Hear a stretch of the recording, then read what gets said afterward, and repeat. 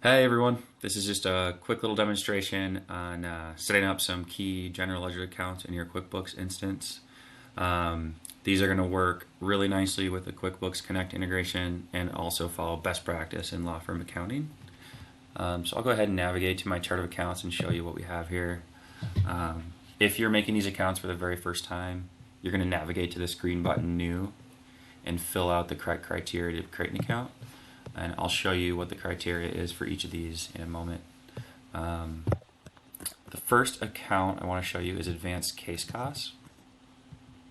This is going to be an other current asset. It's going to live on your balance sheet.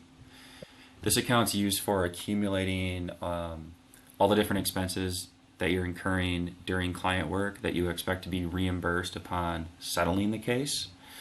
This lives on your balance sheet because you are expecting to be reimbursed, and so these aren't true expenses to your firm for tax basis or GAAP accounting, either way. So the way we set up this account is it's going to be an asset. We're going to call it an other current asset. The tax form is also going to be an other current asset. We name this account advanced case costs. You can name it anything you like. If you already have been using an account like this in the same way, just let us know what you're calling it and we'll find it and we'll integrate with it. In my example, we have described it as for using in personal injury cases. Similarly, we're going to have an unrecoverable expense account, and so this is for any accumulated advanced case costs that for whatever reason you're no longer going to be reimbursed for. Maybe the case got dropped or whatever, but you're no longer expecting to make that money back. So at that point in time, those expenses do become true expenses and need to be pushed to the P&L via journal entry. So this is going to be an expense account. General business expenses is fine. Other business expenses is fine. It's a tax selection. And again, we call this unrecoverable case cost. You can name it anything you like. And again, this is an expense account to write off your advanced case cost too. All right. The next one I want to show you is the trust bank account. This is going to be the account that represents your actual cash account, your IOLTA cash account with the bank.